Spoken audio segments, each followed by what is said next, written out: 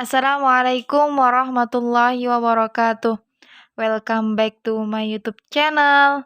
Kembali lagi bersama saya Mala, masih dalam mata kuliah kewirausahaan. Di YouTube saya kali ini, saya akan membahas tentang analisis internal dan eksternal, gagasan produk baru, dan identifikasi dan analisis peluang usaha baru. Pembahasan pertama, analisis internal dan eksternal. Analisis internal adalah pemeriksaan terperinci atau elemen atau struktur sumber daya, kemampuan dan kompetensi perusahaan. Tujuannya adalah untuk mengidentifikasi kekuatan dan kelemahan perusahaan. Analisis internal melibatkan identifikasi dan analisis kemampuan bisnis untuk merencanakan pengembangan atau produksi produk dan promosi. Analisis internal cenderung berfokus pada isu-isu mikro yang dapat mempengaruhi perusahaan, seperti hubungan dengan pelanggan, pemasukan, dan lain-lain. Setelah analisis internal selesai, pendekatan yang lebih makro dapat diadopsi yang akan mencakup analisis lingkungan eksternal dari perusahaan. Selanjutnya, analisis eksternal adalah pemindaian terhadap lingkungan operasi eksternal perusahaan. Tujuannya adalah untuk mengidentifikasi peluang dan ancaman strategis dalam lingkungan operasi perusahaan yang potensial mempengaruhi perusahaan. Dalam manajemen strategis, ini adalah fase proses perencanaan strategis yang berfokus pada faktor-faktor seperti karakteristik pelanggan organisasi, segmen pasar, strategi pemosisian, pesaing, dan lingkungan perusahaan. Analisis eksternal berarti memeriksa lingkungan luar perusahaan, termasuk faktor-faktor seperti struktur kompetitif, posisi kompetitif, dinamika, dan sejarah. Ada 3 lingkungan yang saling terkait harus diperiksa ketika melakukan analisis eksternal. Yang pertama, lingkungan industri tempat perusahaan beroperasi. Yang kedua, lingkungan negara atau nasional. Dan yang ketiga, lingkungan makro seperti lingkungan politik, sosial, budaya, ekonomi, dan lain sebagainya. Pembahasan kedua yaitu gagasan produk baru yang mencakup konsep produk, konsep marketing, konsep integrated, atau menciptakan kebutuhan pasar. Gagasan produk baru. Pengembangan baru dimulai dengan penelitian terhadap berbagai gagasan produk baru. Suatu gagasan produk adalah gagasan bagi kemungkinan produk yang oleh perusahaan dianggap bisa ditawarkan ke pasar. Suatu konsep produk adalah versi terinci dari ide yang diungkapkan dalam istilah konsumen yang punya arti. Pentingnya pengembangan produk baru. Bagi perusahaan, adanya pengembangan produk ini sangat penting, khususnya bagi keuntungan serta kelangsungan hidup perusahaan. Untuk mengetahui apa yang dimaksud dengan pengembangan produk itu sendiri, maka penulis mengungkapkan definisi dari Philip Kotler 1997 adalah merupakan pengembangan konsep produk menjadi konsep fisik dengan tujuan meyakinkan bahwa gagasan produk dapat diubah menjadi produk yang dapat bekerja. Konsep produk adalah salah satu filosofi pemasaran yang menekankan bahwa konsumen akan menyukai produk-produk yang menawarkan kualitas, kinerja, dan fitur terbaik.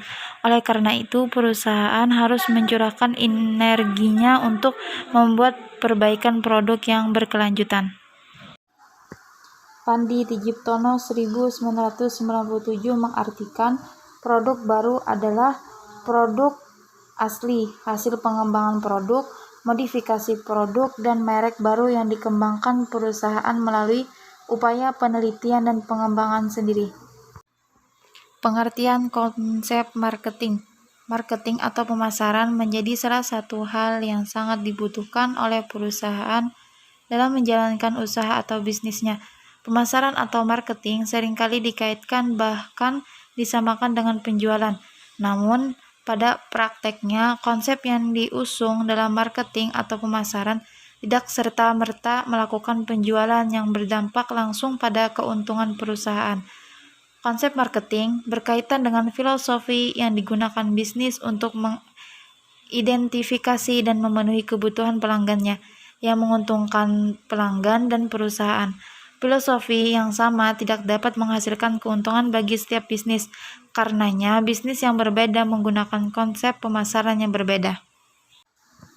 Ada 5 konsep pemasaran marketing. Yang pertama, konsep produksi. Yang kedua, konsep produk. Yang ketiga, konsep penjualan. Yang keempat, konsep pemasaran. Dan yang kelima, konsep pemasaran masyarakat. Integrated marketing menurut Kotler dan Armstrong adalah sebuah konsep di mana perusahaan mengkoordinasikan berbagai saluran komunikasi untuk mengirim pesan yang jelas, konsisten, dan meyakinkan berkenaan dengan perusahaan dan produknya. Kesimpulannya bahwa yang dimaksud dengan integrated marketing adalah sebuah proses membentuk komunitas antara brand dan pelanggan melalui berbagai saluran pemasaran. Contohnya, jika sebuah brand diperkenalkan sebagai sesuatu yang mewah di media sosial, maka pada saluran lain seperti papan iklan di jalan juga harus menunjukkan kesan yang sama. Tujuan dari integrated marketing adalah mempengaruhi orang-orang untuk mengingat produk Anda secara psikologis dan menginginkannya sampai akhirnya mereka membeli produk Anda. Pembahasan yang ketiga yaitu identifikasi dan analisis peluang usaha baru. Pengertian identifikasi peluang usaha adalah pengenalan pengetahuan seseorang tentang peluang-peluang usaha, baik usaha di sekitarnya maupun yang ada di luar daerahnya, ataupun usaha yang sudah diketahui sampai yang belum diketahui. Identifikasi berarti tanda kenal diri atau penetapan identifikasi seorang, benda, atau sebagainya. Sedangkan peluang berarti kesempatan baik yang jangan disia-siakan. Jadi, identifikasi peluang usaha merupakan penetapan kesempatan yang baik untuk menciptakan suatu kegiatan dengan mengerahkan tenaga, pikiran, atau badan untuk mencapai tujuan tertentu. Yang selanjutnya, pengertian analisis usaha adalah sebuah analisis yang berupa analisis tersebut juga bisa digunakan untuk meningkatkan keuntungan dan tujuan utama sebuah bisnis. Sebuah analisis yang baik biasanya akan memperlihatkan analisis sebuah bisnis dari semua aspek dan data yang bisa dipertanggungjawabkan. Tujuan dari sebuah analisis usaha adalah mengidentifikasi kebutuhan bisnis dan menentukan solusi untuk masalah bisnis. Berikut adalah 7 hal mendasar yang bisa Anda lakukan dalam menganalisis usaha Anda. Yang pertama, tentukan peluang usaha, analisis SWOT. Yang kedua, antisipasi ancaman bisnis terlebih dahulu dengan inovasi. Yang ketiga, tentukan target pasar. Yang keempat, hitung anggaran dana. Yang kelima, rencanakan dan lakukan promosi. Yang keenam, minta saran dan kritik dari para pelanggan. Dan yang ketujuh, lakukan evaluasi setiap bulan.